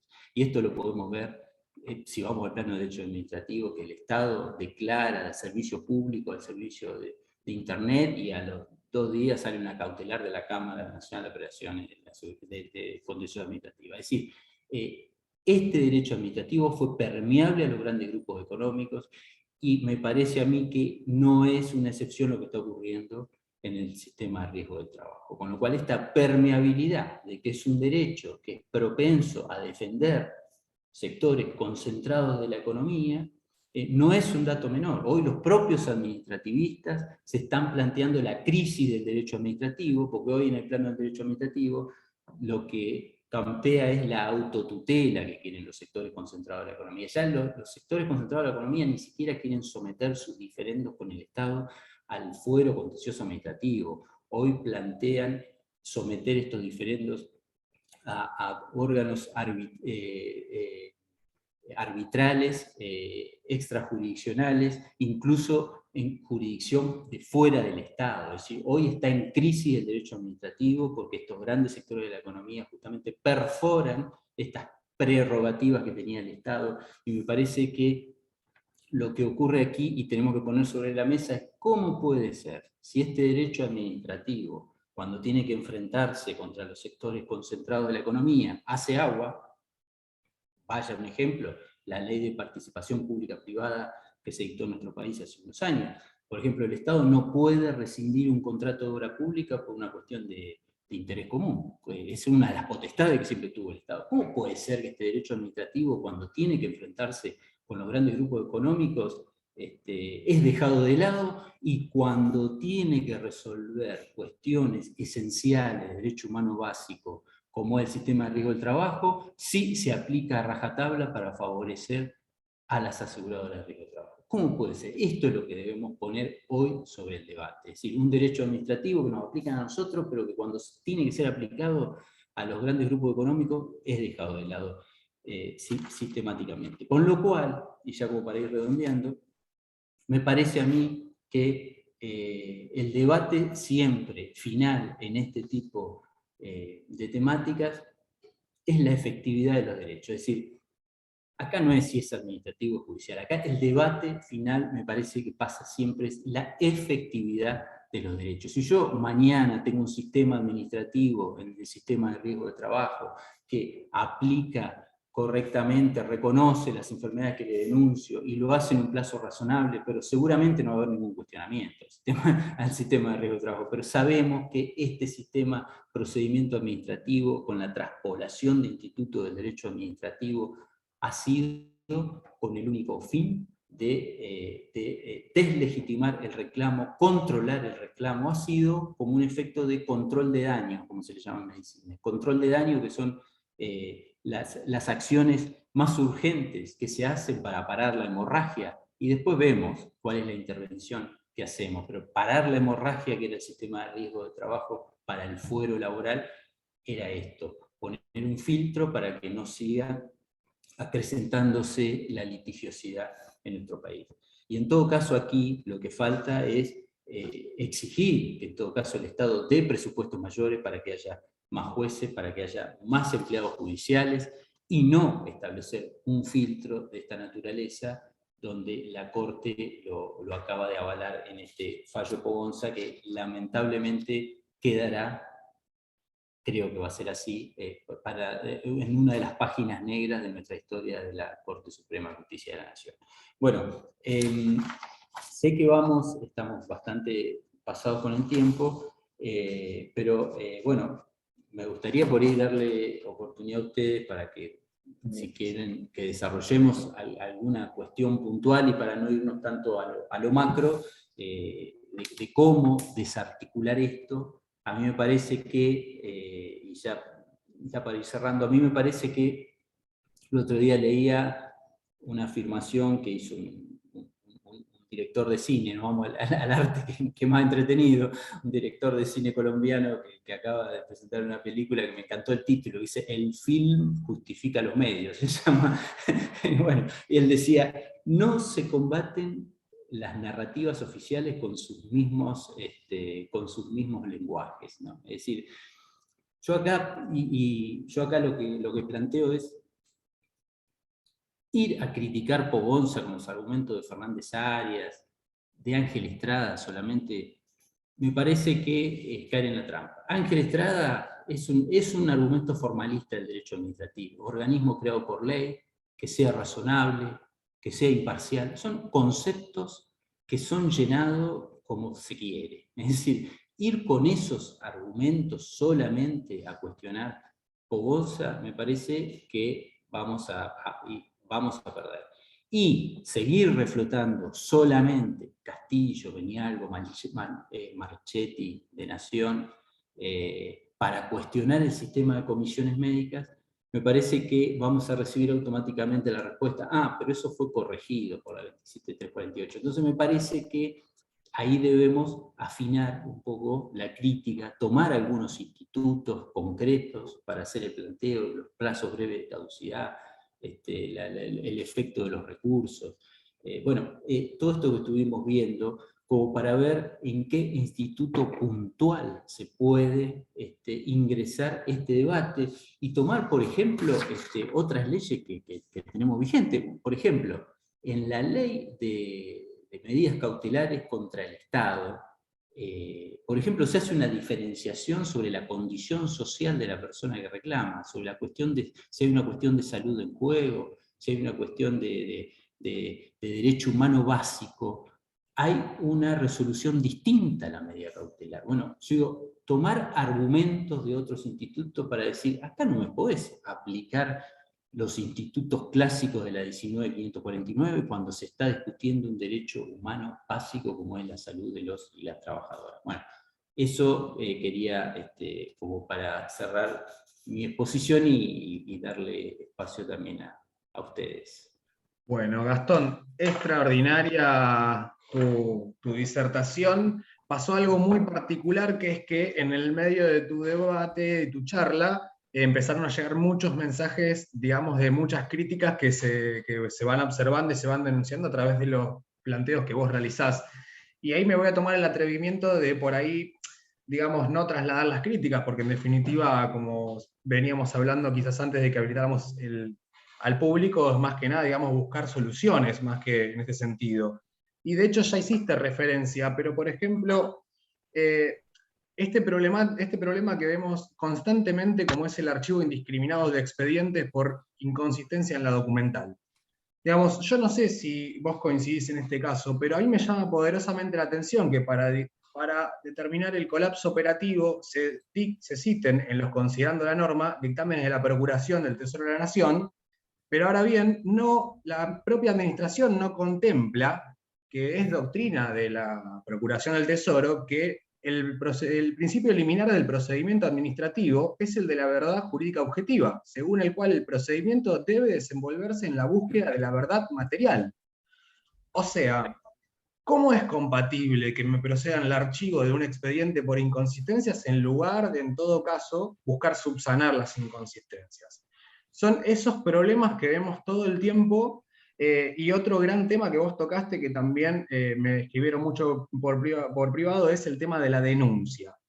Porque vemos que acá no solo estamos hablando de la instancia administrativa, sino que a través de la resolución 38 del 2020 y 10 del 2021 respecto de lo que es el trámite de COVID, se establece que en el caso de que la denuncia haya algún inconveniente en el tema de la aceptación de la renuncia por parte de la RT, esto no va a derivar directamente a un procedimiento que con la doctora de Arce llamamos preadministrativo, por ante el Departamento de Atención al Público y Reclamos. O sea, yo no sé cuál es tu opinión respecto de esto, pero realmente no veo qué principios pueden regir en un procedimiento que no está regulado como tal, ni tiene ni siquiera un número de expedientes. Prácticamente llama al 0800 y vemos qué hacemos. No sé qué opinás vos respecto de esto. Mira, vos estás tocando justo dos temas centrales. Mira, primero, lo de citar las procuraciones, los dictámenes de la Procuración del Tesoro, sí, a mí me llamó mucho la atención. Por suerte hoy se pueden acceder a los dictámenes. Bueno, yo tengo la suerte, soy profesor ahí en la ECA. La ECA es la escuela de la Procuración, ¿no? Y hoy tenemos un acceso a una biblioteca virtual muy rica. Y este profesor que le estoy citando, Patricio San Martino, es profesor en la ECAE, así que sería bueno recordarle a los mismos que citan los propios dictámenes, bueno, escuchen al profesor Patricio San Martino, porque este es un tema, los dictámenes de la Procuración del Tesoro, si accedemos a la página, vamos a ver que tenemos dictámenes de hace 100 años, tenemos dictámenes de todos los colores, tenemos dictámenes de periodo de interrupción democrática y dictámenes del último año que por ahí receptan un poco más las reformas constitucionales y los tratados de derechos humanos. Pero sí me llamó poderosamente la atención que citen dictámenes que ni siquiera son del propio órgano. Ahora bien, lo que vos decís del tema de la automatización, ese es otro tema central que está en debate en derecho administrativo, es lo que se llama el acto administrativo de generación automática. Ese es un tema que está en debate y digamos, ¿cómo se impugna? Por ejemplo, yo tengo un acto administrativo de generación automática que me reconoce un derecho. Por ejemplo, en la pandemia yo para salir tenía que sacar un permiso por una aplicación. Eso se denomina un acto administrativo de generación automática. No hay un funcionario atrás que te lo está emitiendo, sino que es una aplicación que voy a llenar los requisitos y te la emite. Bueno, en la SRT pasa eso. Yo inicio el procedimiento y se dispara la intimación por 5 días, siempre y cuando yo agregue toda la documentación.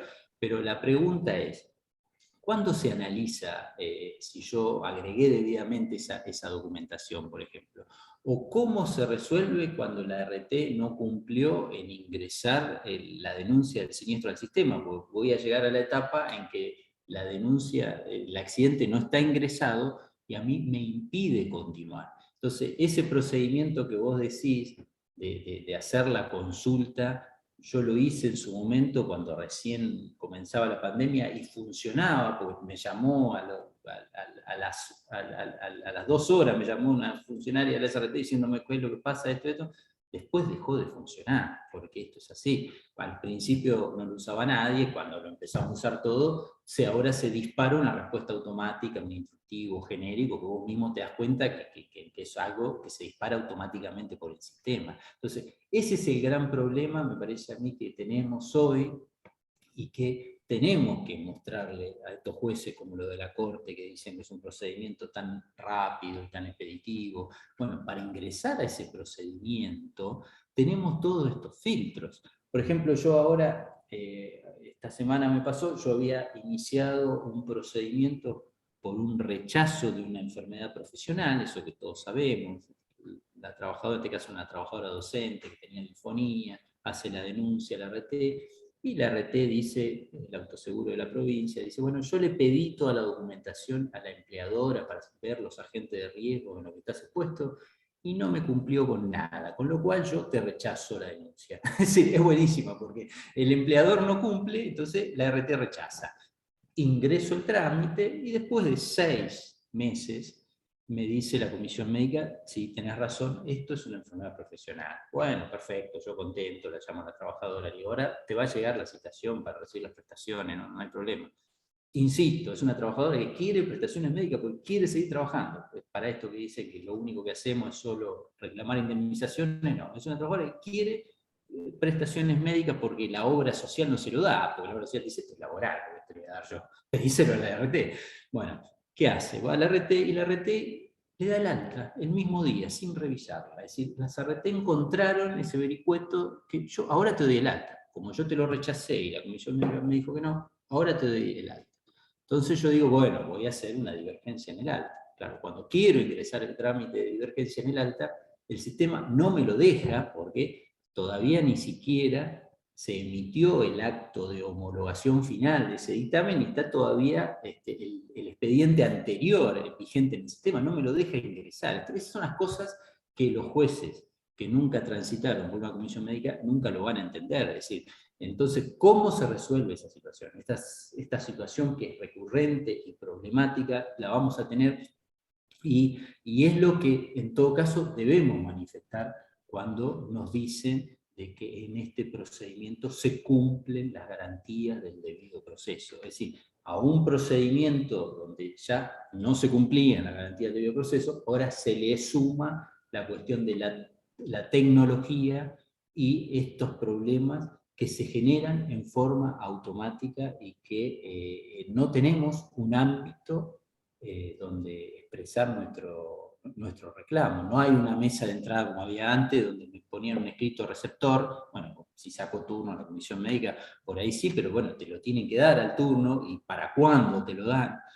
Pero la verdad que es uno de los problemas cotidianos que tenemos a menudo. Totalmente de acuerdo, inclusive es un tema que se debatió mucho en la comisión de riesgos, esto de cuando uno a veces inicia una divergencia en la determinación de la incapacidad y la comisión determina que hay todavía prácticas médicas, ¿no?, en especie para otorgar, pero el problema es que la comisión muchas veces no delimita cuáles son expresamente, entonces va al día siguiente el trabajador, le dan el alta automáticamente. Y muchas veces a nosotros nos ha pasado en el estudio que hemos querido que se le otorguen esas prácticas y hemos pedido a la superintendencia que imponga multas y la superintendencia nos indica que no tiene un procedimiento. Entonces, son todo este tipo de inconsistencias, como vos bien decís, que en donde muchas veces digamos, los principios más elementales no se están respetando. Entonces, muchas veces no es tanto hablar de si es válida o no la instancia administrativa, sino ver cuál es la instancia administrativa a la que nos están mandando en todo evento para poder determinar. Te voy a trasladar una pregunta acá que tengo del doctor Lionel Cuarito, integrante de la comisión, que también algo que pasa muy comúnmente. ¿Existe alguna herramienta para que los médicos de la SRT respondan por las incoherencias de sus dictámenes médicos? Destituciones, sumarios, porque cuando judicializamos los procedimientos, las pericias médicas son totalmente diferentes. Claramente podemos concluir que la instancia administrativa roza la falta de ética, indica el doctor Juanito. Sí, ahí, bueno, yo he tenido noticias de anomalías muy graves de médicos que, por ejemplo, bueno, me han contado que ahora en la pandemia el dictamen lo emitía uno y lo firmaba otro, con esto de que se hace todo digital, que, bueno, médicas que estaban transitando un periodo de embarazo, bueno, le mandaban el expediente a la casa, seguía trabajando, pero como no podía aparecer firmando porque estaba justamente de licencia, lo firmaba otro. Es decir, esas anomalías, la verdad que abundan. Es difícil cómo canalizarlas, ¿no? Si tomarse directamente contra la persona y denunciarla, porque la verdad que es una incoherencia de que cuando están de un lado del mostrador es una cosa y cuando están del otro parece que hicieron otra. Yo he tenido experiencias buenas y malas.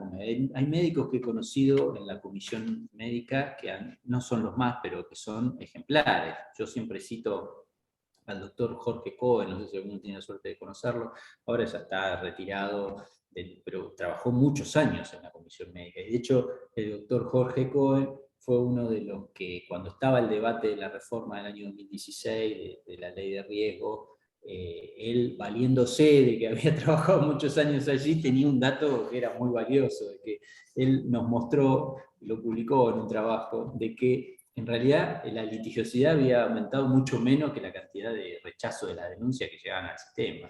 Sí, eso era la clave. Nosotros decíamos, pero no sabíamos cómo comprobarlo. Es decir, él logró los datos de los expedientes administrativos que se habían iniciado después de que se reconocieron estas enfermedades que generaban mucha litigiosidad en el 2014, pues esto es así, cuando vos las integrás al sistema, vienen los rechazos de las ART. Entonces él demostró de que los expedientes habían aumentado un 115%, él daba los números precisos en un trabajo que presentó en la UMED, y los litigios habían aumentado un 95%, con datos que daba la propia Unión de Aseguradoras de Riesgo de Trabajo.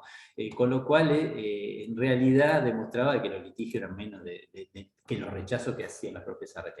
A lo que voy con esto es, no es bueno generalizar ni agarrársela con todos los médicos. Yo he conocido médicos muy, muy buenos, no es la mayoría, y también hay que entender de que el médico está dentro de una estructura sin estabilidad laboral, esto también hay que entenderlo, con lo cual hay una bajada de línea importante en la Superintendencia de Riesgo de Trabajo.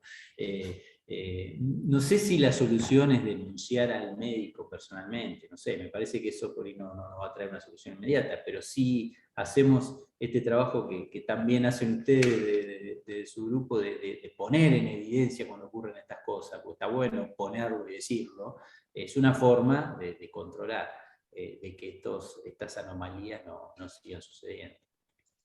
Perfecto. Mariela, tendrá seguramente, agarrate Gastón, porque la doctora Pistaquia seguramente tiene varias preguntas. Se la conozco, así que Mariela, no sé si le querés preguntar algo, Gastón. Sí, mira, en primer lugar quería saber cuál es tu opinión respecto a la vinculación del derecho al trabajo con la seguridad social. Porque estuvimos hablando de la vinculación con el derecho administrativo. Según tu visión, ¿cuál es la vinculación que habría con la seguridad social?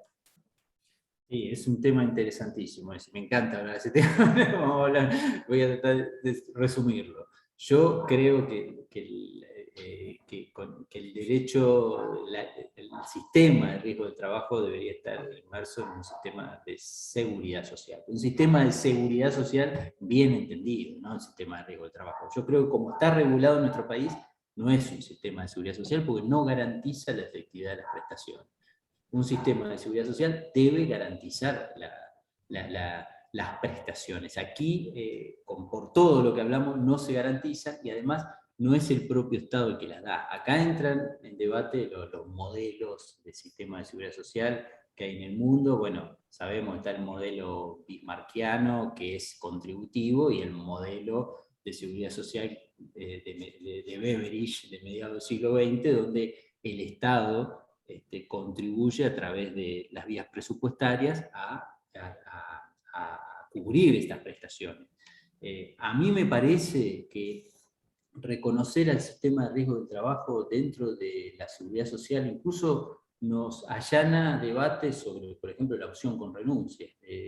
¿Por qué digo esto? Porque si nosotros decimos, bueno, son dos prestaciones que tranquilamente pueden convivir las dos. Una es seguridad social y la otra es reparación de daños laborales, reparación integral, reparación plena. Puede ser complementaria, no es que hay que renunciar a una para cobrar la otra. Pero bueno, yo creo que como está regulado en nuestro país, hoy la ley de riesgo, por más de que se autodefina como un subsistema de seguridad social, en realidad es el modelo de la seguridad social que ya sabemos cómo viene, ¿no? Del consenso de Washington de la década de los 90, un modelo más de negocio para ciertos sectores privados que de garantizar las prestaciones efectivas a quienes realmente las necesitan. Es un tema para hacer otra actividad. Sí, en realidad esa es una de las discusiones, sí. Sí, anticipo que la doctora de Arce está coordinando un debate intercomisiones entre seguridad social y riesgos del trabajo, porque es un tema muy, muy complejo. De hecho, la verdad, Gastón, hay que reconocer que fuiste el primero al que le pusimos esta pregunta, y la idea es exponérsela porque realmente hay un debate muy, muy interesante respecto de esta ubicación. Yo creo en lo personal que la normativa, como vos decís, es un poco un mix, se define de una forma, pero tiene elementos que no coinciden para nada con esa forma. Perdón, Mariela, te interrumpí. No, nada, eso estaba diciendo, y que en realidad habría que ver si esa chance de que en otros países exista, digamos, un régimen de riesgos relacionado a seguridad social, podría ser posible en nuestro país. Hoy, bueno, no estamos ni cerca de eso, ¿no? Pero digo, no sé si ese modelo lo podríamos llegar a tener en algún momento real, más allá de una expresión de deseos. No sé si el Estado podría dar certezas respecto a la gestión que se supone que tiene que hacer de la salud de los trabajadores. No sé si está apto paga eso, creo que le queda un poco grande, entonces es meternos en algo que no sé si sería, digamos, beneficioso para el trabajador.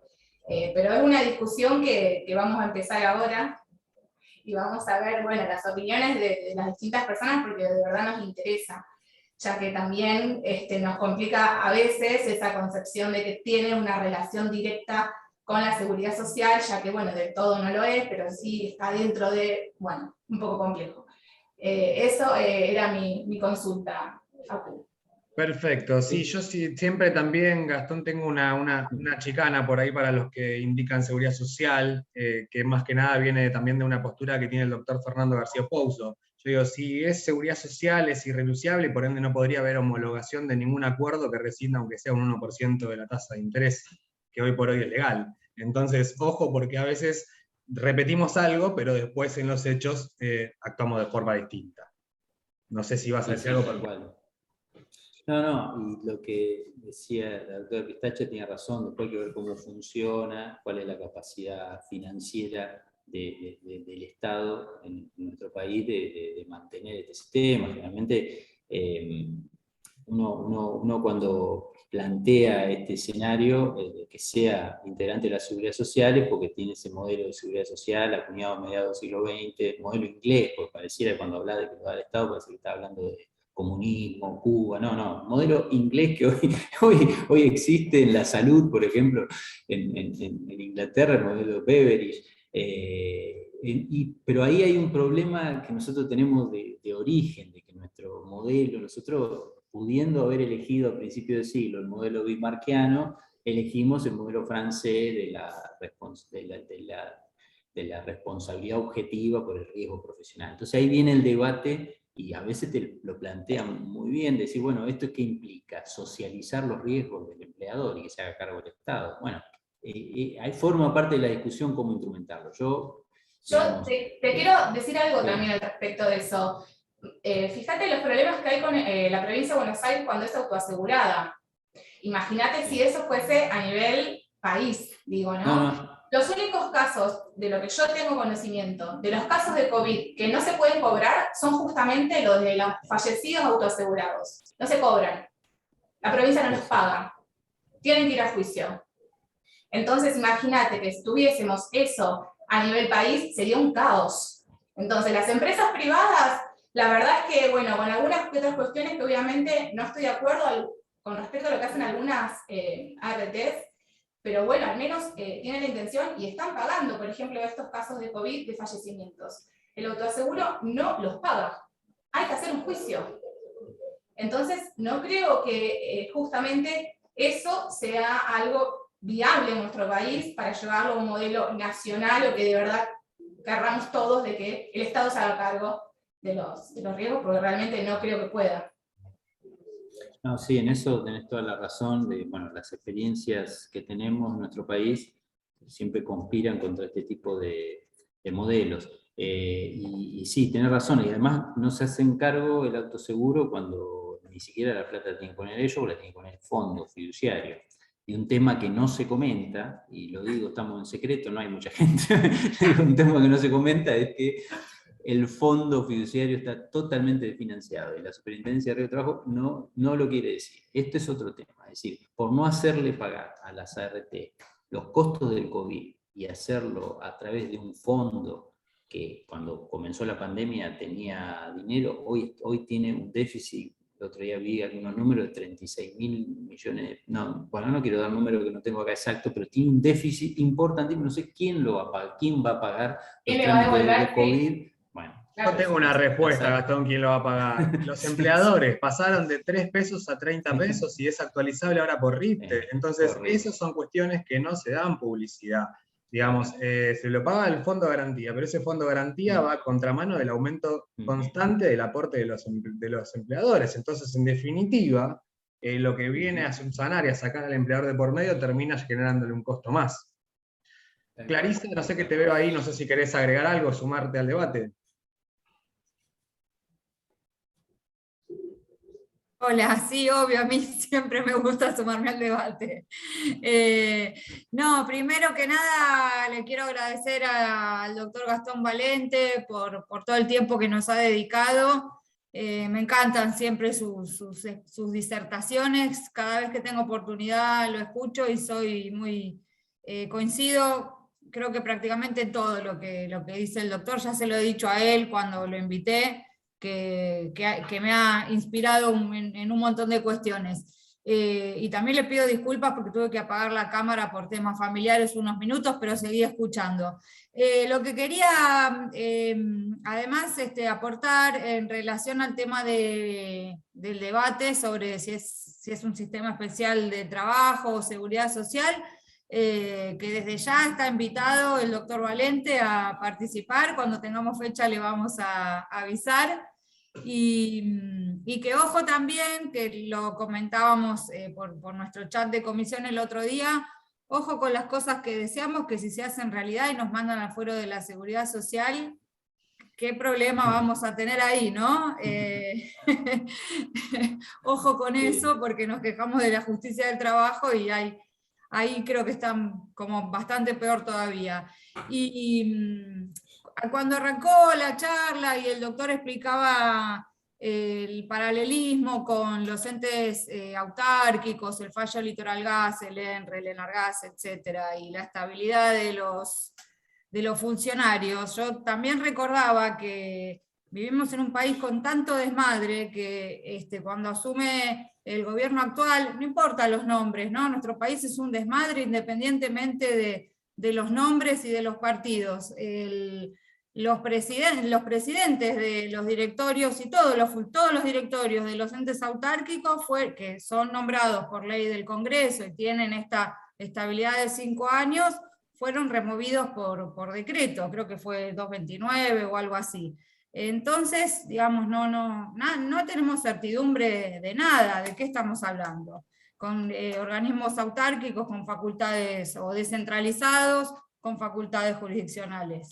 Pero bueno, es lo que hay, como que no dura nada, ninguna institución se respeta, todo se desvirtúa, la emergencia, tal otra emergencia, las múltiples emergencias, entonces es muy difícil así, la verdad que a veces siento que los abogados tenemos que hacer magia para movernos en esto.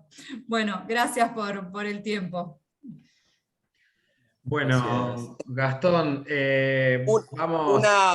Facundo, Lina vuelve. acá estoy desde las tinieblas resucitando. Ya avisé cuando arrancamos que, bueno, hoy no me sentía muy bien y por eso estoy saliendo sin cámara. Pude escuchar casi todo lo que dijo Gastón. La verdad, Gastón, era la primera vez que te escuchaba. Me sorprendió gratamente tu calidad técnica, sobre todo con perspectiva histórica, y me hizo acordar a esa frase del filósofo Santayana que dice que los pueblos que olvidan su historia están condenados a repetirla.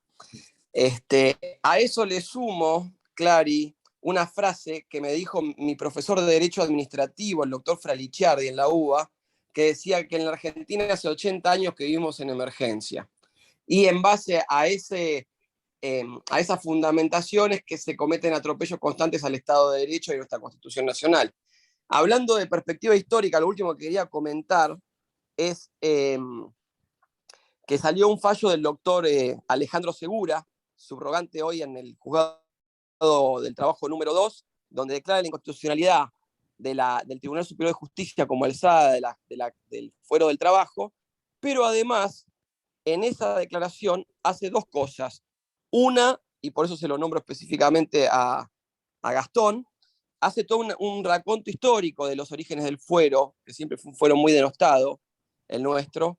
Y lo segundo, que no sé si es lo más importante, pero lo que más nos llena de orgullo, que nos cita a nosotros como asociación. Así que eso ya está subido a AFTE, también lo subí a la fanpage y lo circularicé por las redes para que todos lo puedan leer. Está muy bueno, más allá de que nos cita a nosotros.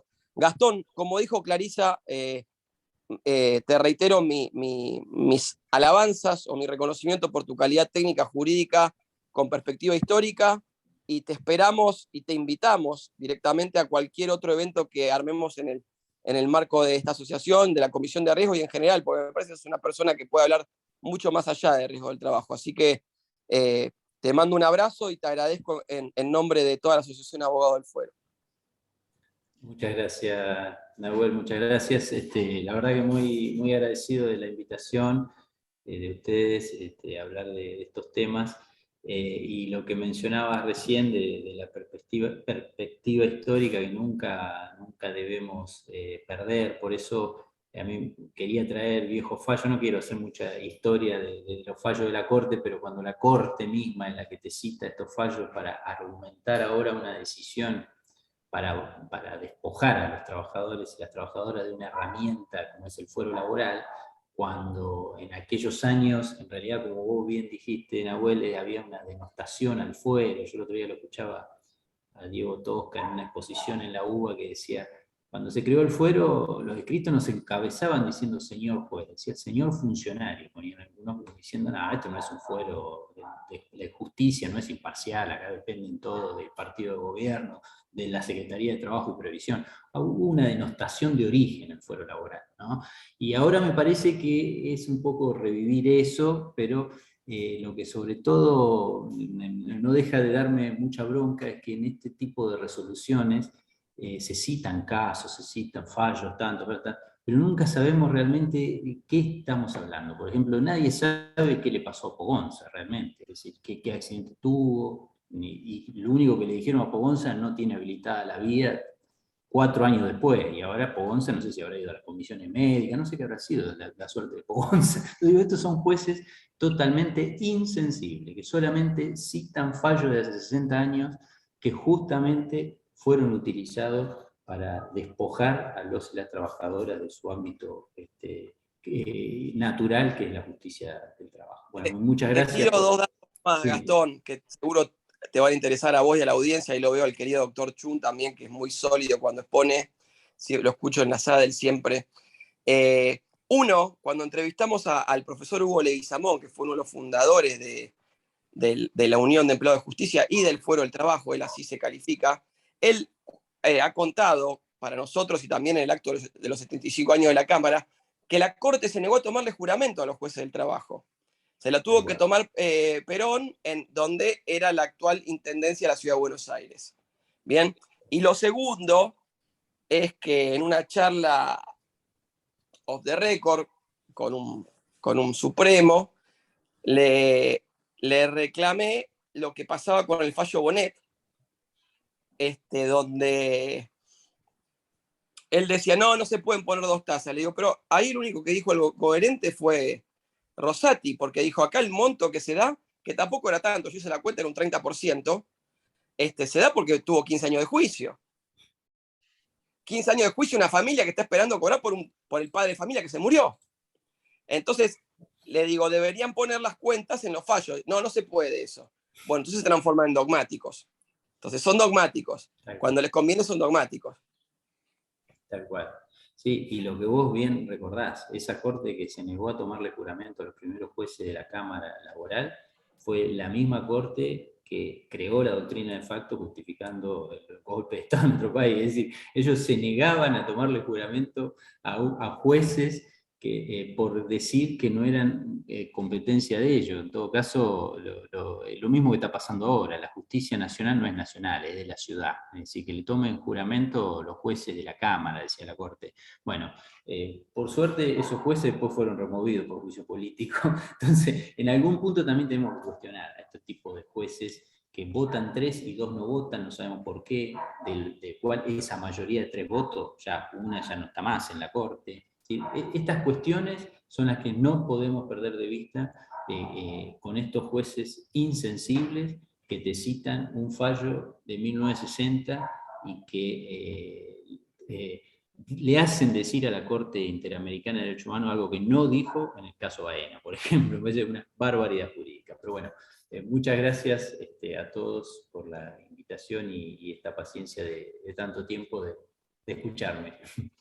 Por el contrario, vos, Gastón. Sí, muchísimas gracias. Acá estamos, Gastón. Nosotros estamos precisamente para eso, todos preparándonos. Hoy hemos aprendido mucho. Sabía que iba a gustar mucho esta charla. Te agradezco muchísimo el tiempo sé que son 2 horas que lo haces realmente porque te gusta, se nota, te he escuchado en un montón de intervenciones. La verdad, en nombre de la Comisión de Riesgos, te agradezco mucho, tanto a vos como a todos los colegas que se fueron sumando en este cuatrimestre, en donde se plantearon varias actividades académicas. Vamos a dar por finalizada esta jornada directamente, vos la cerrás, Gastón, así que nos vamos a ver el año que viene con más propuestas académicas. Desde ya te vamos a volver a convocar si estás en condiciones de sumarte nuevamente. Que tengan muy felices fiestas para todos. Obviamente seguiremos trabajando, pero no nos veremos hasta la semana que viene. Así que bueno, obviamente muchas gracias Mariela, Clary, Nahuel, Facu Castro, y muchísimas gracias a vos nuevamente, Gastón, por tu tiempo. Muchas gracias. Muchas gracias Chao, a todos y gracias. todas. Chao, chao. Nos vemos en la fiesta del 15, ¿eh? Todos los que quieran están invitados. Chao, chao, nos vemos. Chao, gracias. Adiós.